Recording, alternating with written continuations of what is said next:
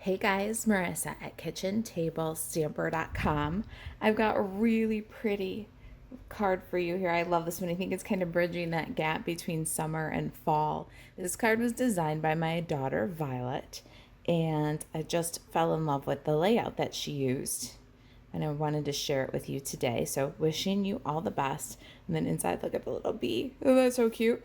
All right, so the layout for this one is so simple, and that's kind of what we're focusing on. It was our card for coffee and a mystery card today. And what I love about this layout is we've got card base, standard card base. This is Blackberry Bliss, and it's 8.5 by 5.5. We scored it at 4.25. And then we've got this designer series paper, and the designer series paper is 3 3/4 by 5. And then we've got a fun edge die to complete it. All right, so here's our 3 3/4 by 5-inch designer series paper, and then edge die. And let me show you another card using that same idea. Then you just decorate on top.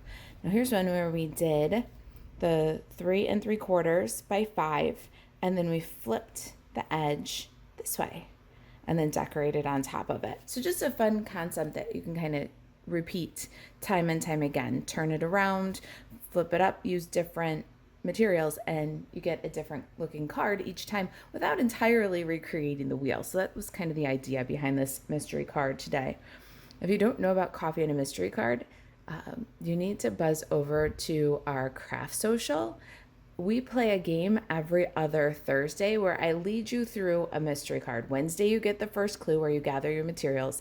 And then every other Thursday, I guide you through making the card. So this is the one that I'm guiding you through this week.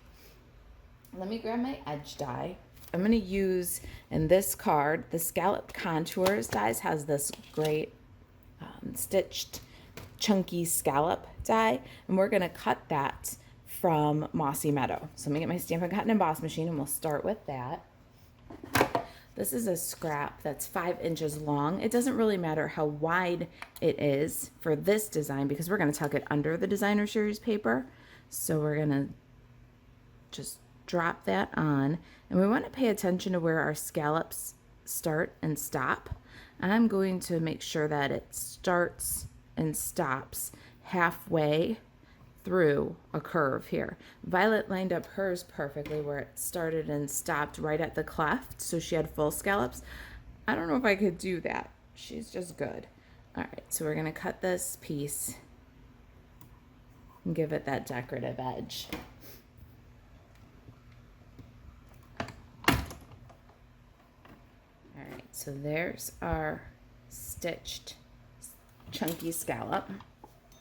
And we're just gonna put it right on. That's why my piece is a little bit longer than 5 inches. I'm gonna have to trim that real quick. Maybe that's why I couldn't get this perfect start and stop. Let me just trim that down to 5 inches real quick.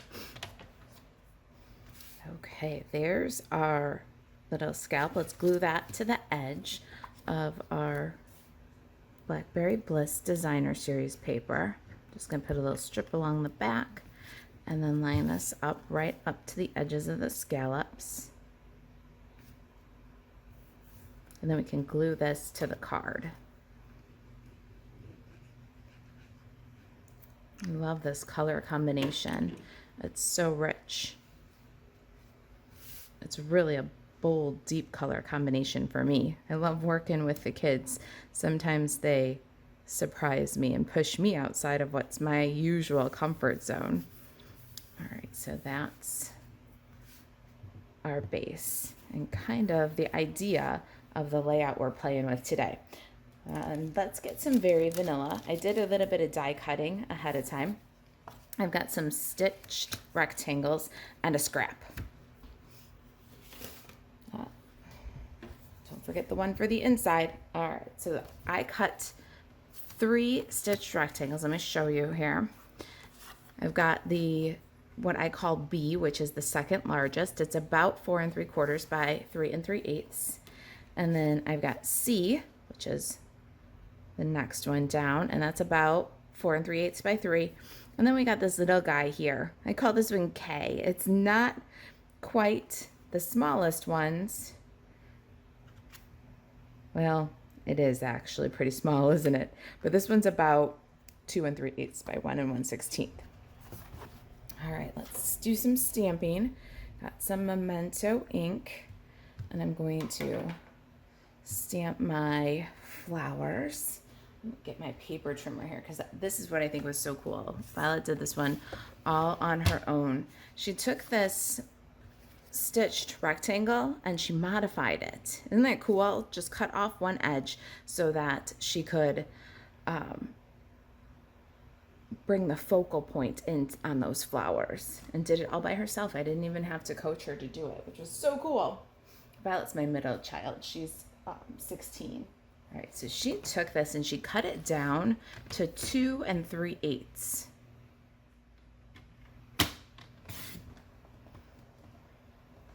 Then we're gonna flip it and stamp our dandelion. Our dandelion and sentiment and bumblebee are from Garden Wishes. I love this one. Like I said, I felt like it was the perfect bridge between summer and fall, this card, with its rich colors and its dandelion image. Ink that up well and stamp it right in our modified rectangle. And let's slide that one to the side, and I'm going to switch to early espresso for my greeting. Got wishing you all the best. And we're going to center that one right on our smallest stitched rectangle. Now back to our memento for just a minute here because we're going to do our bees. I had to teach Violet this. This is the one thing where I had to get involved. We've got our little bee, and the bee goes in this direction. There's only one, see? But she really wanted bees that were flying in both directions. See? Goes this way. So what I showed her how to do, and I'll show you now, is how to reverse the stamp. So we've got our silicone mat and memento ink and our little bee. Let's ink it up. And I'm going to stamp one. See, so our bee goes this direction. Now let's stamp one on the silicone mat. And then we're going to put our vanilla paper upside down right over the image and burnish. Don't wiggle the paper. When you lift up, you're going to have bees going in both directions. So a quick little reverse image there. Now slide to the side. And let's add a little bumblebee on the bottom of our inside layer too. Haha, it's so cute. I love the bee. Now we're going to color our images with Stampin' Blends. I've got Daffodil Delights and Light Pumpkin Pie. Got Dark Old Olive, Light Soft Suede, Color Lifter, and Wink of Stella. I'm going to go in and do these dandelions. I'm going to start with the light Daffodil Delight and just give kind of a base coat of them. And I'm using the brush end for kind of a quick saturation. Now I'll switch to the bullet because I have better control there. And I'm going to work from the outside, or from the inside out with my Daffodil Delight, and then same with the small flowers. Now I'm going to really work to bring the light and the dark together here. So pretty. But Violet came in and really kind of surprised me with a little bit of like a sunny center. So we're going to use a little light pumpkin pie to get that sunny center on our dandelions. And then bring it all back with a little bit more light Daffodil Delight. Isn't they pretty? Now our stems and leaves. And these are just old olive, dark old olive.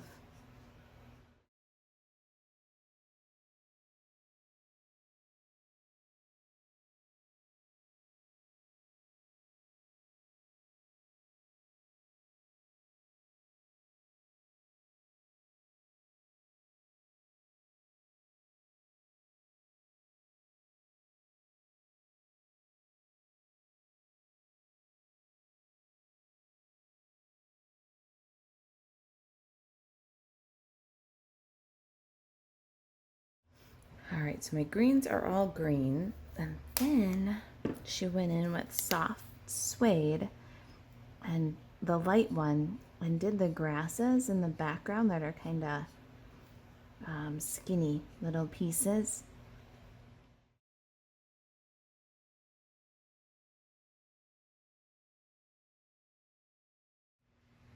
And then she took the color lifter and just softened those soft suede tones so that it didn't look too brown, to kind of just soften the background. My color lifter is pretty dry here, so use a little bit lighter hand if yours isn't dry. You don't want to completely blur it or wipe out the brown, but just soften it a little bit.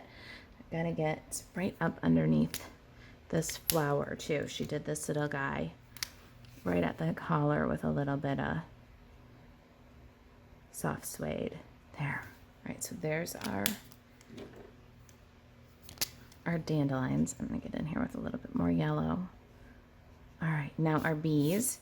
Same thing, I got the light daffodil and I'm just gonna fill in their stripes. She did their little heads with a little bit of yellow too.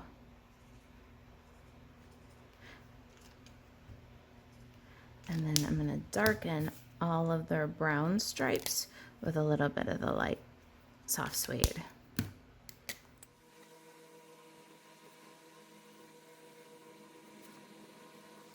Let's put a little wink of Stella on all their wings.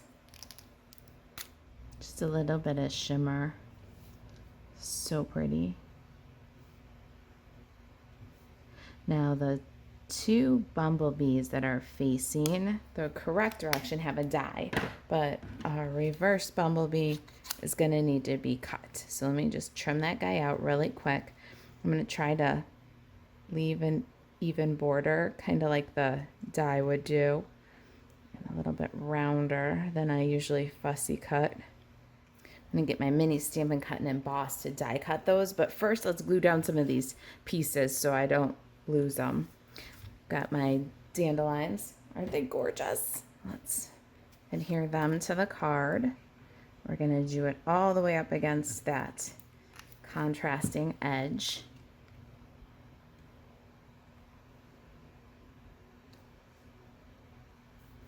Love this layout.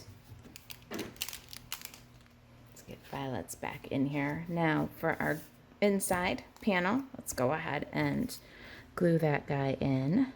Little liquid glue. Just center that. Look at our adorable little bumblebee. Such a cute detail. Plenty of nice vanilla space to write our message now. But the little detail of that bee is just fantastic, don't you think? All right, now wishing you all the best. I'm going to come in with a little bit of dry adhesive on the back of this. Now you could use your Seal or Seal Plus here if you're still using snail or fast fuse. You could use that. We just need a little dry adhesive, and we're going to add this crumb cake baker's twine that comes from the Baker's Twine Essentials pack. There's also black in this Essentials pack, but I used it all up on some banana thank you notes. We got the crumb cake one here. I'm just gonna spool off the spool and loop. And the idea is just to kind of let the Baker's Twine do what it wants to do almost. Can't let it get too big because we don't want it to go off the edge of the card. When you've got loops that you like, then we're going to put some dimensionals on the back to pop it up. This process never looks all the same and you really don't have a lot of control over it, but I always try really hard to control it. All right, now we need dimensional adhesive. I'm going to take my embossing buddy and just get rid of some of the sticky of that tape so that it'll be bumped instead of bumped and then sticking down on the edges where the tear and tape is. I love how the little crumb cake loops out from behind the greeting. Looks kind of like the buzzy bee pattern. Like they might fly around all in loops like that. We're gonna add that just over our leaves a little bit. Now our bumblebees. Let's get the mini Stampin' Cut and Emboss machine and cut out our bees. Got my little machine here. I love this dude. Look how tiny he is. Perfect for this job. We're gonna pop our bee on and grab the die from the Dandy Wishes. And I love that there are 2 dies in the Dandy Wishes, so we're only gonna have to make 1 pass through the machine. I love when Stampin' Up does those little thoughtful details, you know. They can add another die and use the same amount of materials, keep the cost the same to you, but then there's 2 bee dies in there and it saves you cranking. Such a fun and thoughtful little feature from Stampin' Up. They've been doing that more and more and more as time goes on. Just using every bit of that material and giving us some extra pieces that make our life easier. So there it is. 2 little bumblebees, 1 pass through the machine. Thank you, Stampin' Up. Let's get this guy out of here. Bring in our sample and our copy.